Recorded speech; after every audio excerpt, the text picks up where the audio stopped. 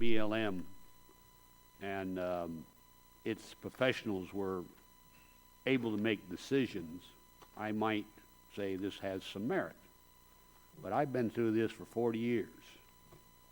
And I have watched the interest groups that say, okay, you let this lease, but you didn't take in consideration before you let the lease, we'll file a lawsuit.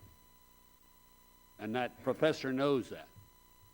The lawsuits have been used and manipulated the laws that we pass to the benefit of taking away the rights of other people. And usually out of New York, or Miami, or San Francisco. And they don't really care about these counties, these small countries.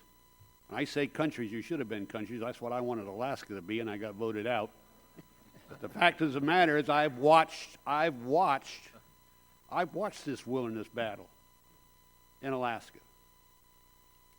And I've watched how it's been subverted by the interest groups that file lawsuits, the big lobbyist interests of the greenies that do not want this country to survive and don't care about those people that work for a living.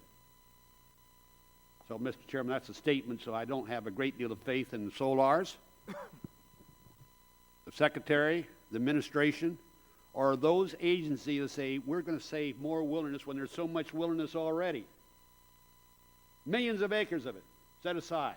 Now they're going to take the one agency that had BLM lands, there was multiple use, and say, oh, now we have to consider it as wild lands. What's the difference between wild lands and wilderness? Nothing, Mr. Chairman. It's semantic of words. And so that's a backdoor approach, doing what Congress says we will not do anymore. We'll have this body of land for resources and development for the good of this nation. Mr. Chairman, I'm going to tell you, we're not going to tolerate in this Congress, as far as I'm concerned. I'll cut all their funding off. Every nickel that's being used, they take and subvert the Congress as our intent. Right in this hall, right in this room, we put millions of acres aside, and enough is enough. Thank you, Mr. Chairman. Thank you, Mr. Young. Appreciate that. Gentleman from Utah, Mr. Bishop.